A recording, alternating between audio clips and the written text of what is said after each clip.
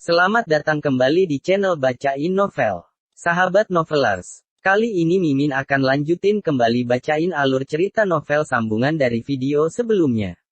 Tapi sebelum itu, jangan lupa bagi yang belum subscribe silahkan di-subscribe, agar Mimin makin semangat upload alur cerita novelnya.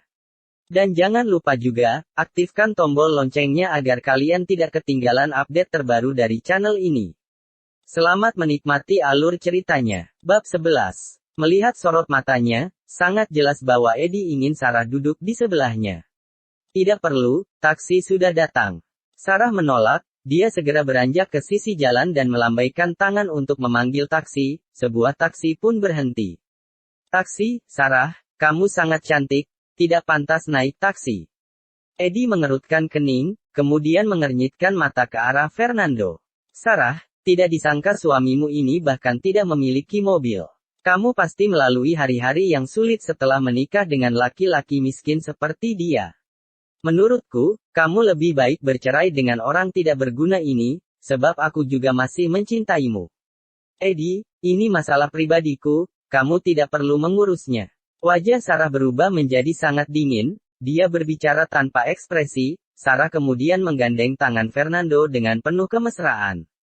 Sayang, ayo masuk ke taksi. Setelah masuk ke dalam taksi, Fernando berkata sambil tersenyum.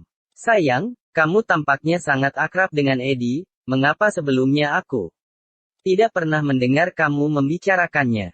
Dia teman kuliah, kami tidak akrab. Sarah memutar mata ke arah Fernando. Ketika masih kuliah, Edi mengejarku selama 4 tahun, tapi aku tidak pernah menerimanya. 4 tahun, dia benar-benar gigih. Fernando cukup terkejut. Yah, aku hampir menerimanya. Bagaimanapun juga, latar belakang keluarga dan penampilannya bagus, tapi kemudian dia tiba-tiba pergi ke luar negeri, jadi aku pun melupakannya. Sarah berkata sambil mengenang. Aku dengar, dia menyeret seorang mahasiswi kampus ke tempat sepi untuk melakukan itu. Demi menghindari sorotan media, dia pergi ke luar negeri untuk belajar. Keluarganya juga menghabiskan banyak uang untuk menutupi masalah ini. Siapa yang menyangka, seorang lelaki dengan penampilan sangat gentleman ternyata adalah seorang bajingan. Sarah sangat emosi, jika bukan karena masalah itu, dia benar-benar tidak tahu wajah asli Edi dan mungkin akan menerimanya. Menyebalkan. Di pintu masuk rumah sakit, Edi sangat marah hingga memukul setir, matanya pun merah.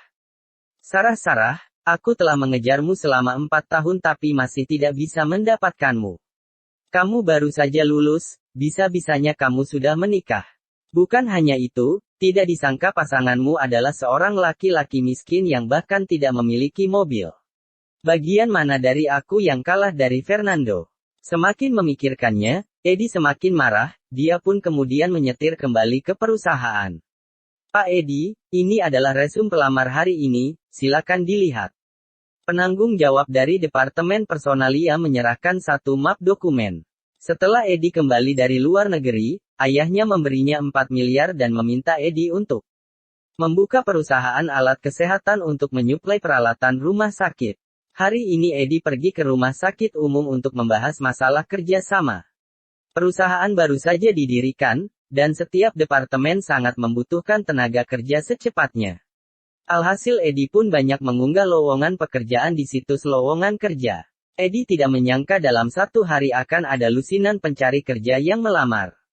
Dan cukup banyak juga orang yang melamar. Edi melihat-lihat resume, tiba-tiba dia menatap salah satu di antaranya. Ini adalah, di resume tertulis nama, Fernando. Hal tersebut membuat Edi terpaku. Tidak mungkin dia, kan? Edi menyunggingkan senyum licik di sudut bibirnya, dia mencermati resume tersebut. Potret Fernando di resume mirip sekali dengan sosok Fernando yang tadi ada di rumah sakit.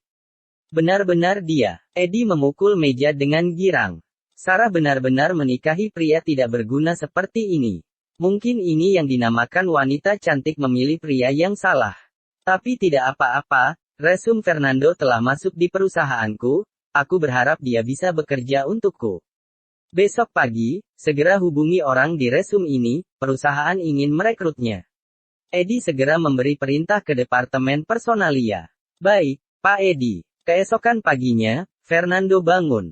Tidak lama setelah menyantap sarapan pagi yang dibuatkan Sarah untuknya sebelum wanita itu pergi bekerja, sebuah telepon masuk.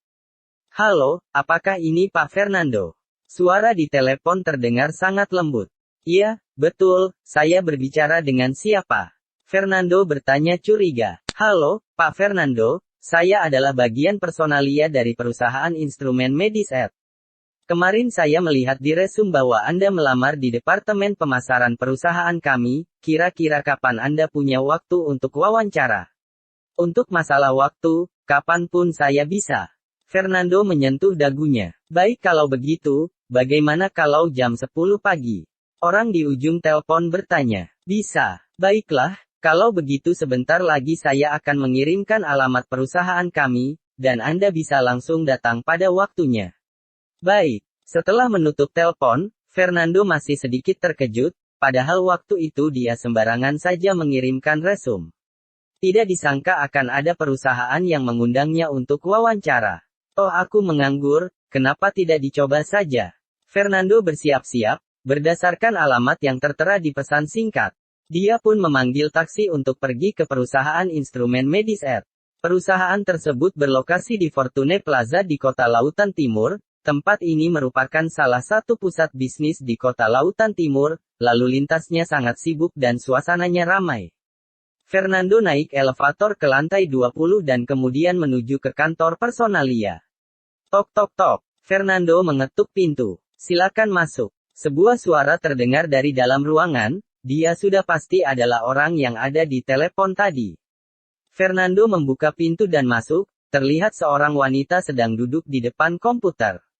Wanita itu mengenakan pakaian formal berwarna hitam, penampilannya biasa saja, riasannya begitu tebal, tetapi dia memiliki postur tubuh yang bagus dan berkelas.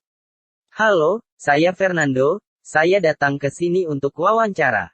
Fernando berkata tanpa basa-basi. Fernando, wanita itu bergerak-gerak sedikit, dia melihat ke arah Fernando dengan tatapan menjilat.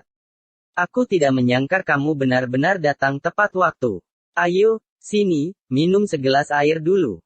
Wanita itu buru-buru berdiri, menuangkan air untuk Fernando, dan berkata dengan ramah. Aku bertanggung jawab atas departemen personalia. Namaku Haryati Zairut. Mulai sekarang kamu bisa memanggilku Yati.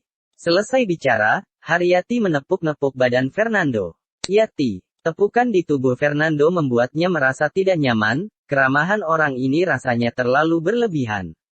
Pada saat ini, Haryati sedang menilik Fernando dari atas ke bawah. Pria di depannya, meskipun hanya mengenakan pakaian biasa yang total harganya tidak melebihi 400.000.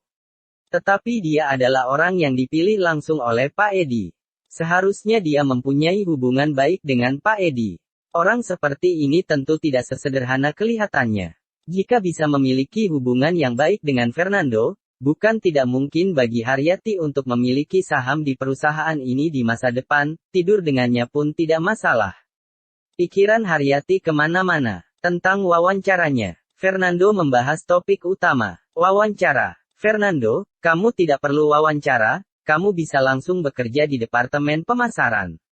Minumlah air dan isi data pribadi ini, aku akan pergi dan memberitahu Pak Direktur bahwa kamu ada di sini. Haryati merasa agak kaget, dia segera menyerahkan formulir lalu keluar. Fernando masih kebingungan, tetapi dia tetap duduk, minum, dan mengisi formulir. Tek-tok tek-tok. Tidak lama kemudian, terdengar suara langkah sepatu hak tinggi yang beradu dengan lantai. Brak, pintu langsung terbuka dan Haryati berdiri di luar pintu. Yati. Fernando ragu sesaat, tapi pada akhirnya dia tetap memanggil Haryati. Bagaimanapun juga, Haryati melayaninya dengan sangat ramah barusan. Memanggil nama lengkap rasanya akan terlalu kaku. Siapa yang kamu panggil, ingin sok akrab denganku ya? Mata dingin Haryati tampak memandang ke arah Fernando, dengan penuh hinaan dan amarah. Bersambung ke bab 12. Terima kasih masih setia dan mendukung channel ini. Sampai jumpa di bab berikutnya.